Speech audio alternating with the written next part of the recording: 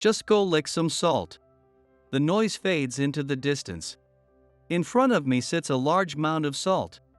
How did it come to this? What exactly is this about? When I ask while staring at the salt, Alex clicks his tongue softly. Shut up. I never gave you permission to speak. As I freeze, unable to utter a word, the other employees around us erupt into laughter, filling the room with a wave of hilarity. I knew immediately that this was harassment. I had heard about Alex, the head of this department. The rumors say he graduated at the top of his class from one of the most prestigious universities that everyone knows. He's now the head of the IT division at the main office and, at 59, is set to retire next year.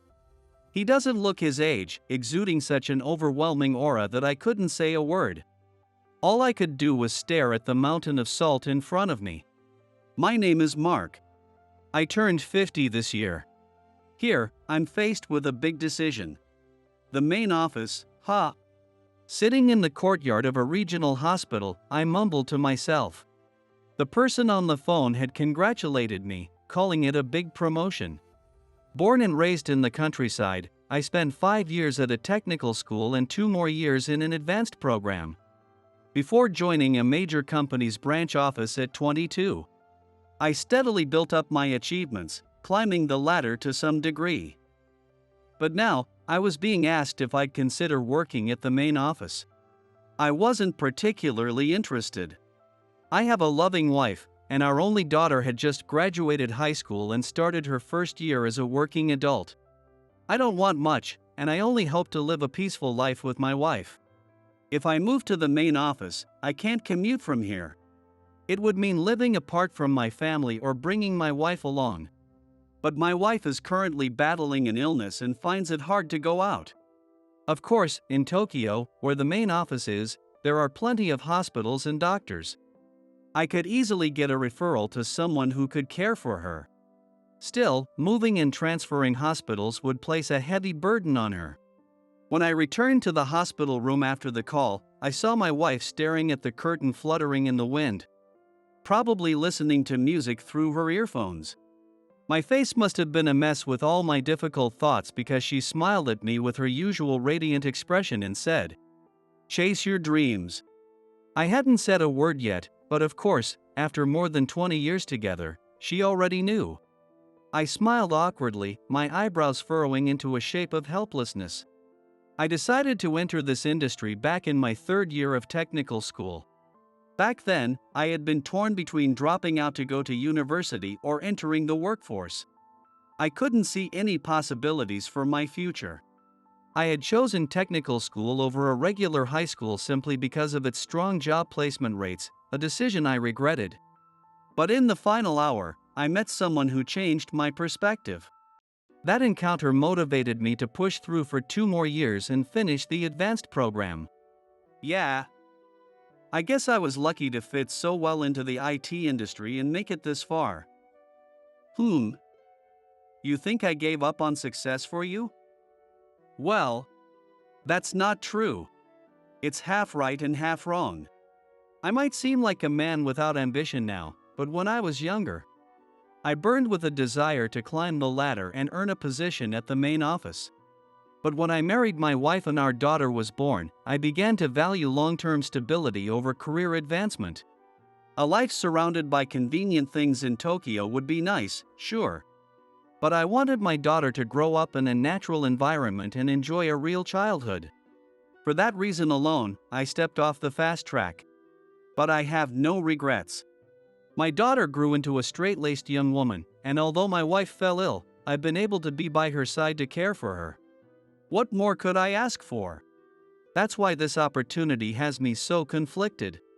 Sure, at this point in my life, I can make my own decisions.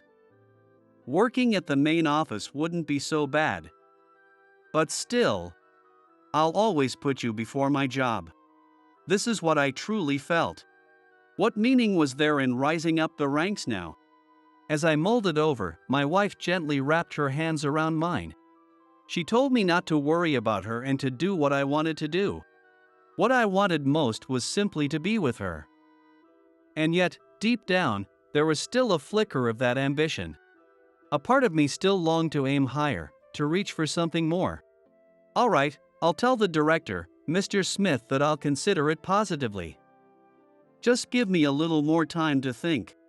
As I said this, the doctor and nurse entered the room. My wife had to be moved for a scheduled test. Please take care of my wife. With those parting words, I picked up my bag and left the room. The days were growing shorter in winter. Even though it had been warm during the day, the atmosphere grew unstable, and by evening, the cold air had swept in, dropping the temperature sharply. My visible breath reminded me that winter had arrived. I shivered, and as I did, my phone buzzed in my pocket. My daughter's name appeared on the screen. "What's up?" "Oh, we're having hot pot tonight?" "That's great." "What? No meat?" Alright, I'll pick some up." "You get the vegetables ready." I hung up and ducked into a nearby store, seeking both warmth and the missing ingredients. The supermarket was cool but not uncomfortably cold. I instinctively reached for lean meat but then tossed some marbled beef into the basket as well. And of course, hot pot calls for beer. I'd heard that canned beer these days could rival a freshly poured draft. I rarely drink, but since my daughter was preparing the meal, it seemed fitting to indulge. I found myself smiling naturally as I filled the basket, paid for my items, and headed home. I felt the moments of happiness. For me, they were more than enough to feel fulfilled. Maybe I should never have accepted the transfer to the main office. That thought crossed my mind as I encountered an event that made me realize it. Just go lick some salt. The noise around me faded into the distance. In front of me sat a large mound of salt. How had it come to this? As I closed my eyes, memories from a few days ago resurfaced. The day after sharing hot pot and beers with my daughter, I called Mr. Smith to accept the transfer. Mr. Smith immediately began making arrangements and told me to attend a networking event the next day. It felt as though they had already planned on convincing me, even if I declined. Since I accepted, it didn't matter anymore. Fine, I'll attend the event. But my wife is unwell, so I'd like to delay my transfer a little and work remotely for now, if possible. Mr. Smith agreed without hesitation and moved forward with preparations. Only a handful of employees had ever been transferred from this branch to the main office. Mr. Smith knew that I had once chosen to stay here rather than pursue promotions. That's likely why he was so determined for me to accept this opportunity. There was nothing particularly bad about the offer. If not for my wife's illness, I probably would have accepted without hesitation. And so, things progressed quickly, and before I knew it, the day of the networking event had arrived. Just before the event, I came face to face with someone. It was Alex, the man who placed the mound of salt in front of me and told me to lick it. "So you're Mark, the guy transferring here from the branch?" "I've told them I don't need subordinates." "What's the deal with this?" "Listen up. I don't need you. Don't show up to the networking event, got it?" He had warned me, but pulling out at the last minute would have caused more problems than it solved. I didn't give it much thought and attended anyway, and this is where it got me. What exactly is this about? As I stared at the salt mound in front of me and asked, Alex clicked his tongue softly. "Shut up. I never said you could speak." I froze, unable to utter another word. The employees around us burst into laughter, the room erupting into a chorus of mockery. I knew immediately that this was harassment. I had heard about Alex before. Rumor had it he graduated at the top of his class from a prestigious university everyone knew. He's now the head of the IT division at the main office and, at 59, is set to retire next year. The sheer authority he exuded was enough to make me shrink in silence, unable to do anything but stare at the ridiculous pile of salt. After a moment, Alex let out a heavy sigh. "See? I warned you. You brought this on yourself. There's an open seat over there. Go sit there. Stay out of my sight." When I followed his pointed finger, I noticed a single empty seat across the room. For a moment, I thought I saw some of the employees, those who had just been laughing at me, glare sharply at Alex. Maybe it was my imagination. Deciding it would be pointless to escalate the situation, I quietly moved to the other seat. The rest of the networking event proceeded without further incident, and it ended without much more fuss. On my way out, I stopped at a convenience store near the venue to grab some stomach medicine. That's when I overheard a conversation coming from a dimly lit smoking area nearby. I hadn't intended to eavesdrop, but the voices carried. Man, I didn't think he'd actually say something like that. Acting all high and mighty just because he got promoted from a branch office. Did you see his face when he saw that mound of salt? Priceless. It was one of the employees who had mocked me earlier. And the person he was speaking to was Alex. Don't get carried away. From their tone, it became clear that Alex and this man were working together, or so it seemed at first. Maybe they were old friends or colleagues of the same rank. I was ready to leave, frustrated by their petty conversation, when suddenly the atmosphere turned tense. Don't get carried away? You were enjoying it too. The mood suddenly turned tense. If Alex had been the ringleader of the salt incident, they wouldn't be having this argument now. If anything, they'd be laughing about it together. Instead, it seemed like the employee was the only one enjoying the situation. Alex, unfazed, spoke in his usual disinterested tone. If you have time to pull childish stunts like that, you should have spent it on something useful. I only covered for you. Normally, I wouldn't have bothered, but I had to intervene because I knew about it in advance. What was he talking about? Covered for him? Knew about it? Left unchecked? I started listening to them in the middle of the conversation and had no idea what they were talking about. Whatever had happened, it wasn't as simple as him scheming to humiliate me. Shh. Fine. I thought you were on the same page as me, but clearly, I was wrong. You're always acting so smug, so above it all, it's infuriating.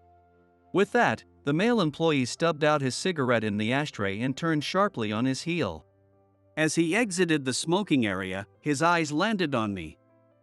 His expression darkened even further, twisting into something even more hostile. Eavesdropping, huh? What a classy hobby. A nobody like you doesn't deserve to be promoted to the main office. I won't accept it.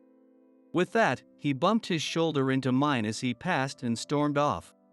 Having apparently heard the conversation, Alex also emerged from the smoking area. The faint smell of cigarette lingered on him, but it didn't come through in his breath, as if he hadn't been smoking himself. I told you, didn't I? There's no point in attending these networking events. The main office is far uglier than you realize. Filled with more petty rivalries than you can imagine.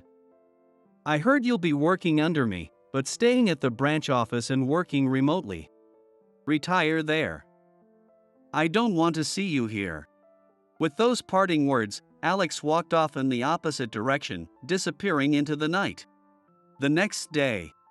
Why are you here? Alex didn't bother to hide his irritation as I stood before him, unbothered by the dark aura surrounding him. Well, actually, I couldn't get a flight home. So, I'll be working here today. The executive director also asked me to accompany you to your business meeting. I look forward to working with you, Alex. As Alex stepped left to get past me, I mirrored his movement. He stepped right. I stepped right. It was like a comedy skit. After a few more rounds of this, Alex finally let out an exasperated sigh. Even if I told you not to come, you wouldn't disobey a directive from the executive director. I hear you held a manager role at the age of 50 back at the branch. If that's the case, you should already understand how to handle yourself. You may have turned your back on further promotions and settled at that level, but you still know how to act. Don't do anything unnecessary. Understood? That's the condition for letting you tag along. I understand. Realizing I wouldn't back down no matter what he said, Alex let out yet another heavy sigh, one of many that day. We got into the company car. When I slid into the driver's seat without hesitation, he blinked in surprise. What was so shocking about this? Something wrong? Alex shook his head slightly. No, it's just. I usually travel alone, so I'm never in the passenger seat. It feels odd, that's all. Once I confirmed he had buckled his seatbelt, I slowly started the car. As expected of Tokyo, the roads were complex, and the sheer number of lanes had me flustered. This is why I suggested I drive. Well, whatever. Consider it part of your education. Up ahead, once you cross that bridge, this lane will only turn left. You're going straight, so merge into the right lane when you see the chance. His directions and guidance were spot on. And thanks to him, we managed to arrive safely at the client company's parking lot. At first, I thought Alex was inscrutable, but I realized he was surprisingly attentive. He wasn't careless or apathetic, but he was a serious and meticulous person. And that only made the incident with the mound of salt feel stranger to me. Yes, Alex had told me to lick the salt. But I couldn't help but feel I'm missing something. Something didn't add up. I couldn't shake the feeling that I was missing a piece of the puzzle. After checking in at reception, we were led to a conference room where we waited.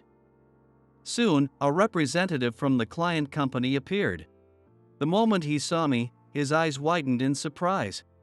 We stared at each other in silence for several seconds before he broke into a big smile and exclaimed, "It's been a long time, Mark. I heard someone was accompanying Alex today, but I didn't expect it to be you." Ah, now it all makes sense. The young man, probably in his early 30s, bowed his head hesitantly. Without missing a beat, I responded, "Let's just cancel the $154 billion deal." "Huh? What?" Alex sputtered, turning pale. The young man blinked, startled at my blunt declaration, before suddenly chuckling. "That look on your face is always the same when you're joking. Ah, you caught me." Considering what Alex had put me through, I couldn't resist a little payback. As Alex looked completely out of the loop, the client representative began explaining. "You see, Mark here has helped me out quite a bit in the past. I've heard all about him. If Mark is involved, then we're happy to sign the deal." "What?" Alex muttered, clearly stunned by the rapid turn of events. He turned to me, clearly demanding an explanation. "Well, we're both alumni from the same technical school. I visited the school as an alumnus a few times, and we were in the same department. So we're somewhat acquainted." Alex seemed to ponder this for a moment before nodding. "I see.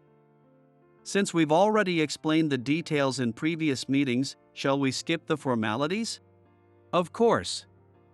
In fact, we were going to let you know today that we're prepared to move forward with the contract." From there, the negotiation progressed smoothly. Still, even as everything wrapped up, Alex's expression remained unusually stern. Once we returned to the company car and settled in, Alex spoke the moment the doors shut. "This doesn't make any sense. That company had been torn between signing with us and our rival. And yet, the moment they saw you, their attitude completely flipped. It's clearly thanks to the connections and accomplishments you've built up since your school days. But listen closely, this success is mine, not yours. That's only natural. After all, I had simply accompanied him today. It's only natural that all the credit goes to Alex, I thought. After all, he was the one who had led all those discussions. I wasn't particularly bothered by it, but I couldn't figure out why he had made such a pointed comment. That uncertainty gnawed at me as I returned to the office. 2 months passed quickly. I kept asking myself the same questions over and over after coming home. Was it really okay for me to accept the transfer to the main office? If I did, it would mean leaving my wife behind. With those unsettled thoughts swirling in my mind, I visited the hospital where my wife was staying. As always, she seemed to understand exactly what I was thinking. "If you think you can do it, don't miss this chance," she said. Our daughter was there, too. She told me that until I got settled, she would take care of everything related to her mother's hospital stay. She had just turned 19 and was in her first year as a working adult. I didn't want to burden her, but seeing how responsible she had become and knowing my wife's wishes, I realized it was time to trust them. Finally, I made my decision. I've decided to take the position at the main office. It's going to cause some inconvenience for a while, but once things calm down, we'll re-evaluate the situation. Until then, I'll be living alone for a bit. Please bear with me. I felt so guilty, but the encouragement from my wife and daughter gave me the resolve I needed to move forward. At 50, it's still too early to give up. 3 months after that company networking event, I officially received notice of my transfer to the main office. And as expected, Alex was now my boss. I hadn't heard anything from you, so I thought you'd decided to stay at the branch office. But here you are, back for more. Well, whatever. I'm too busy to babysit you. Find your own work and handle it as you see fit. Alex's words were sharp and cold, but his actions told a different story. He fulfilled his responsibilities as a manager with care. The tasks he assigned were always within my capacity. And he chose work that aligned with my experience. For someone so capable, it was strange that I was his only subordinate at the moment. One evening, as I was heading home, I realized I'd forgotten something at the office. It was already October, yet the lingering summer heat was oppressive, and the asphalt still radiated warmth as I walked back to the company.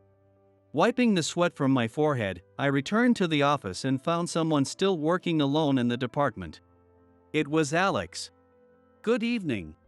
When I called out to him, his shoulders jolted slightly, as if startled. But the moment he realized it was me, he let out an exaggerated sigh. "Oh, it's just you, Mark." That was all he said before turning back to his computer. At first glance, it seemed like an ordinary scene, but it was already past office hours, and Alex didn't get paid for overtime. In a small and medium-sized company, it might be a different story, but ours was a major corporation. As the head of the department, his position came with a hefty salary allowance, which meant no extra pay for staying late. So there was nothing for him to gain by working alone like this. What could he be so focused on? Just as I was wondering, Alex stretched and mumbled under his breath, almost as if talking to himself. "You're the only one foolish enough to stick around. You know that, right? I'm not exactly popular. Being around me won't do you any favors. So you'd be better off keeping your distance." Before I could respond, he stood up without waiting for an answer. After shutting down his computer, he gestured for me to follow, as if to say, "Come on." Without a word, I trailed behind Alex, watching his back as he walked. The brightly lit hallway stretched ahead, in stark contrast to the dim city streets visible through the windows. We stopped at the new vending machine the company had just installed, and he asked me what I wanted to drink. "I'll take a black coffee." "You're not one to hold back, are you? But you're probably the only one who talks to me like this anymore." "I don't hate it, though. Here you go." The canned coffee clattered down, and Alex handed it to me. For someone who always wore such a stern expression, there was a surprising softness to his face that night. "Thank you." The cold coffee soothed me, spreading a refreshing coolness through my body.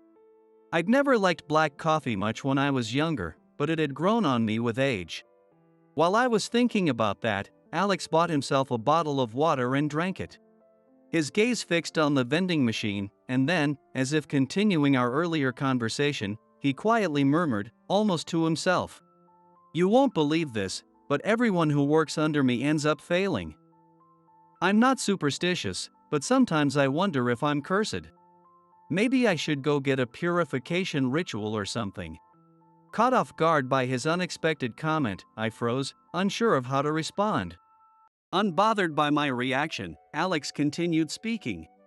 It wasn't always like this, you know. Back then, I had good subordinates, so good you wouldn't believe it looking at me now. But eventually, all of them drifted away, triggered by something or another. Most of them now work at regional branches or small offices. Because of me, they were pushed off the fast track.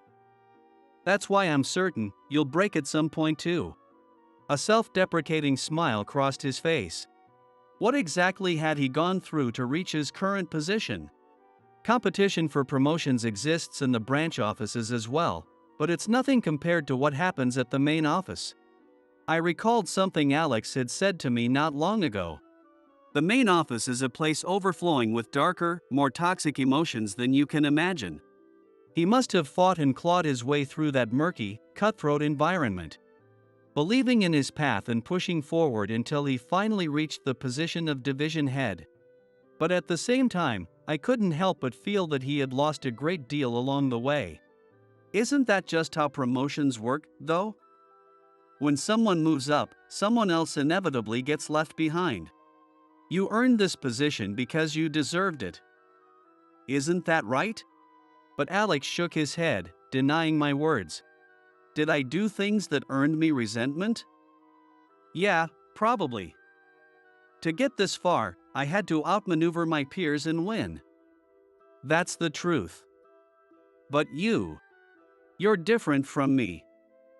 You have people to protect, and I don't think you'd ever pull the reckless stunts I did. It's true that I have a responsibility to protect my wife and daughter. Even though my daughter has become independent, she is still my child, and that will never change. That was exactly why Alex feared having me work under him. About that incident at the networking event, I never properly apologized. You won't believe me now. But I only found out about the salt prank just before it happened. Someone told me that Guy was planning something stupid to mess with you. But the problem was, he's technically my subordinate, so I had to think carefully about how to handle it as his boss. Of course, he could have just reprimanded the guy on the spot. That would have been the easiest solution. But instead, Alex had tried to manage the situation quietly, covering for his subordinate while minimizing the impact on me. The whole lick the salt comment had just slipped out, apparently without much thought. But still, it's a fact that I hurt you. I figured if I made things hard for you, you'd hate me enough to go back to the branch office. I was trying to keep my distance from you, but here you are, stubbornly sticking around. Surprisingly, he smiled. Not his usual sharp, cynical grin, but something softer. That's ridiculous. When I said, half joking, Alex let out a quiet laugh, I think so too. After a brief silence, he sighed and finally explained why he'd been working late. The recent negotiation went well. I kept the credit under my name because I didn't want you to become a target for harassment again. But you seem capable enough now. Pausing for a moment, Alex handed me a small slip of paper. On it were the names of several employees, presumably for the project. The client specifically requested you as the project leader. You know them, don't you? I'm getting older. It's time for me to step back and let the next generation take over. I'll make sure management knows you were the key to the success of that deal. These are the project team members. Lead them well and show them what you can do. With that, Alex took another sip of water and, saying he still had work to do, headed back to the office. The next day, the project team was officially announced. At first, some team members grumbled about me being appointed leader. But as they watched me work, the complaints eventually died down. Having been entrusted with this role by Alex, I felt a sense of duty to give it my all. The project began smoothly, but then a major problem struck. Unauthorized system access leading to a data leak? According to the report from upper management, someone had attempted to infiltrate our system externally. They had accessed logs containing confidential project information, throwing the entire company into chaos. Naturally, the project was immediately frozen, and an emergency meeting was called. As the project leader, I attended, and that's when I learned the shocking truth. The unauthorized access had come from Alex's computer and account. The exact cause remained unclear. But it seemed that Alex's account had been used as a stepping stone to access the core of the system and extract sensitive information. Naturally, the client was furious about the situation. The person I'd reconnected with during the negotiation called me, sounding apologetic and overwhelmed as he tried to get a handle on the details. Nothing concrete had been decided yet, but the project was on the verge of being cancelled. If that happened, it would result in far more than just significant losses. It would be catastrophic. If Alex wasn't at fault, that would have been one thing. But the logs showed that his account password had been overly simplistic, making it easy to crack. The records also revealed that his computer had been left running, unattended, during certain times. Impossible. That was the first thought that struck me. Alex always shut down his computer whenever he left his desk. Alex had always been strict about account management. He had warned me more than once. I've had subordinates in the past who fell victim to unauthorized access. One guy even used his wife's name and birthday as his password. Don't ever do something like that, got it? And more importantly, Alex was the head of the IT division, an IT specialist, through and through. The upper management seemed just as baffled by the situation. They couldn't believe Alex would make such an amateur mistake. But with the logs pointing to his account, there was no way for Alex to escape disciplinary action. Even in this crisis, Alex remained calm. See what I mean? Anyone under me never ends up well. Up until now, it's always been my subordinates who got into trouble. I guess it's finally my turn. Honestly, the fact that I've come this far without a slip-up was unnatural. I've got nothing to lose. If they hit me with damages, I'll pay it off with my retirement funds and quit. I was close to retirement anyway. Alex muttered those words quietly, almost to himself. Watching him, I couldn't shake the feeling that this situation had been orchestrated. Something didn't add up. Time was running out. If I didn't act quickly, both the project and Alex's fate would be decided before I had a chance to stop it. In that moment of urgency, I unexpectedly crossed paths with someone. Oh, you're still hanging around Alex, huh? Even after what happened at the networking event? You're quite the loyal one. But it's over for him now. What a shame. The man sneered as he brushed past me, his voice dripping with satisfaction. Could it be? If my suspicions were correct, time was of the essence and any delay would only make things worse. Realizing I couldn't waste another second, I spun on my heel. I headed straight for my desk. Ignoring the company-issued laptop, I pulled out my personal computer, the one I always carried with me, and powered it up. This incident, no, everything that had been happening around Alex was connected. I was certain of it. Focused and determined, I stared at my screen and started digging. What are you doing? The voice startled me. I looked up to find Alex standing over me. It seemed lunchtime was over, and employees were filing back into the office. Despite being at the center of this mess, Alex looked oddly composed. Or maybe he'd just given up entirely. Alex had carried so much on his shoulders, fighting his way through countless battles. In the process, he had lost so much, yet he never looked back, and he just kept moving forward. There was no way I could let him fall so easily here. I clenched my fists tightly and took a deep breath. Without answering Alex's question, I continued typing furiously, my focus unwavering. Perhaps it was my intensity, but before long, a crowd began to gather around me, watching silently. All right, everyone, back to your work. But at that exact moment, I shot up from my seat. I've found it. What is it? I had finally uncovered the truth. The logs being used as evidence had been falsified through highly sophisticated techniques. Look at this. Ordinarily, when a log is modified, the system keeps a record of the date and details of the change. However, in this case, traces of that record being erased still remain. Everything else was wiped clean, which means this was likely a careless mistake by the culprit. And from there, the trail became clear. The unauthorized access didn't come from outside. It came from within the company. While it's true that the division head's account was accessed, the IP address of the device used shows that it originated from inside the office. In other words, the culprit is one of us. If we trace this IP address, we'll find out who's responsible. At my words, the room filled with gasps of disbelief from employees who clearly didn't understand what was happening. Even Alex looked stunned. His expression uncharacteristically frozen as he stared at the suspicious IP address and the falsified logs displayed on the screen. I couldn't figure it out on my own, so I looked into it too, but I couldn't find anything.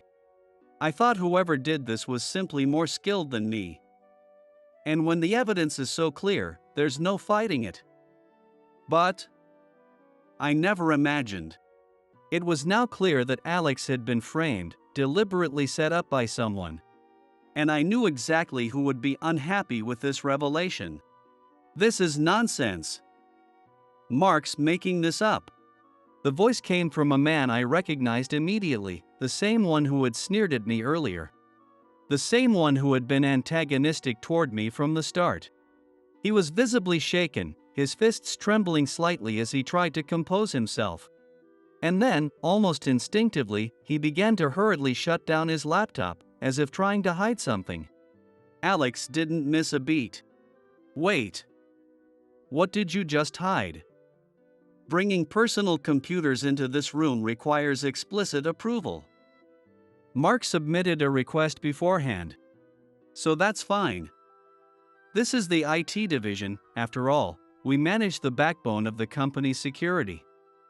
Now hand over whatever you just hid. The office instantly erupted in murmurs. We are assigned to the security division within the IT headquarters department. Although we also handle sales, which sometimes causes people to mistake us for salespersons.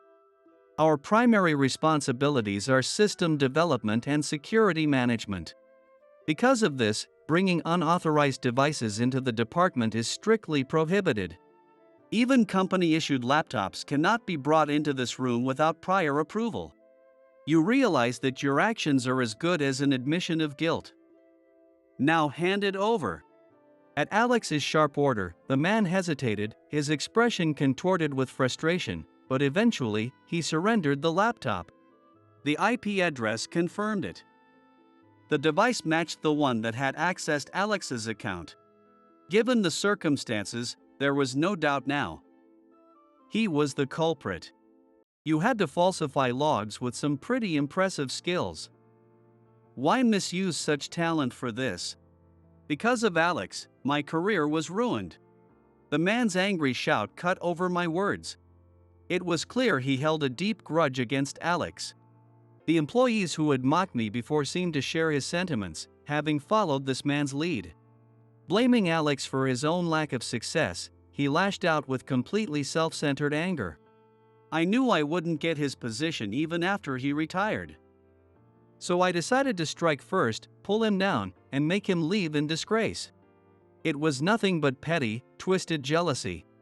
The entire room fell into stunned silence, the tension so thick it was suffocating. Yet the man carried on, a crazed smile spreading across his face. Everyone knows what a lousy boss Alex is. He's a disgrace as a manager. He doesn't deserve to be here. His words were sharp, but I knew the truth. Alex had told me himself about his subordinates being transferred one after another and about how he had been resented during the cutthroat race for promotions. It's inevitable for someone in a leadership role to become a target for such negative emotions. But I know the truth. Alex may believe he brought the resentment upon himself. But he's also the one who stayed late without overtime pay to organize work for newcomers and who took the most earnest approach to training the next generation. And now I realized something else. It was this man who had been pulling the strings, turning those who respected Alex against him, and pushing for their transfers out of spite. You're just aware of your own incompetence, aren't you? What? Even if Alex retires, there's no way you'd ever get his position. Deep down, you know that. And that realization, that you're not good enough, only fueled your resentment. That's why you resorted to this, didn't you? He didn't say a word. His face flushed red with anger, his teeth grinding audibly as he looked down in frustration, unable to deny the truth. This was it. The moment to reveal my hand. Your skills were impressive, but they weren't good enough to beat me. Do you want to know why? There is a reason why I was content with my position as a section manager at the branch office. I stepped forward, pulling a business card from my pocket and handing it to him. His face contorted in shock as he read it, then went pale. His knees buckled, and he sank to the floor. The Internal Audit Division. Director. What? The entire room erupted into shocked murmurs. Clearly, no one had expected me to hold such a critical position within the company. I always felt the importance and allure of being in a leadership position. Yet, being part of internal audit meant working behind the scenes, often in roles that invited resentment. No one wanted the job, and it was precisely when I had stepped away from the promotion race that the company president personally offered it to me. Right now, I've entrusted the core responsibilities to a trusted subordinate, who has taken over much of my original role. In truth, I'm just a figurehead as the head of internal audit, and my real position is as Alex's subordinate. But this time, I'm glad I was able to use my experience to prove Alex's innocence. At that moment, the culprit slumped to the floor, defeated. Before long, word reached the president and executives, and the offending employee was taken away. It was officially announced that there had been no data leak, only unauthorized access, and falsified logs orchestrated to frame Alex. A few months passed. The project resumed without issue and was now performing well, steadily increasing sales. During that time, I delivered a message to Alex from several people. They were grateful to you, you know. Back when they were backed into a corner. You were the only one who relentlessly defended their innocence to upper management. They didn't want to be a burden to you, so they chose to step aside on their own. In the end, moving to regional offices gave them peace of mind. Some got married, others had children. And none of them regret their decision. As for the transfers of Alex's subordinates, it turned out that the same man had been behind it. Jealous of Alex for having loyal and talented team members while he had none, he schemed to drive them away out of spite.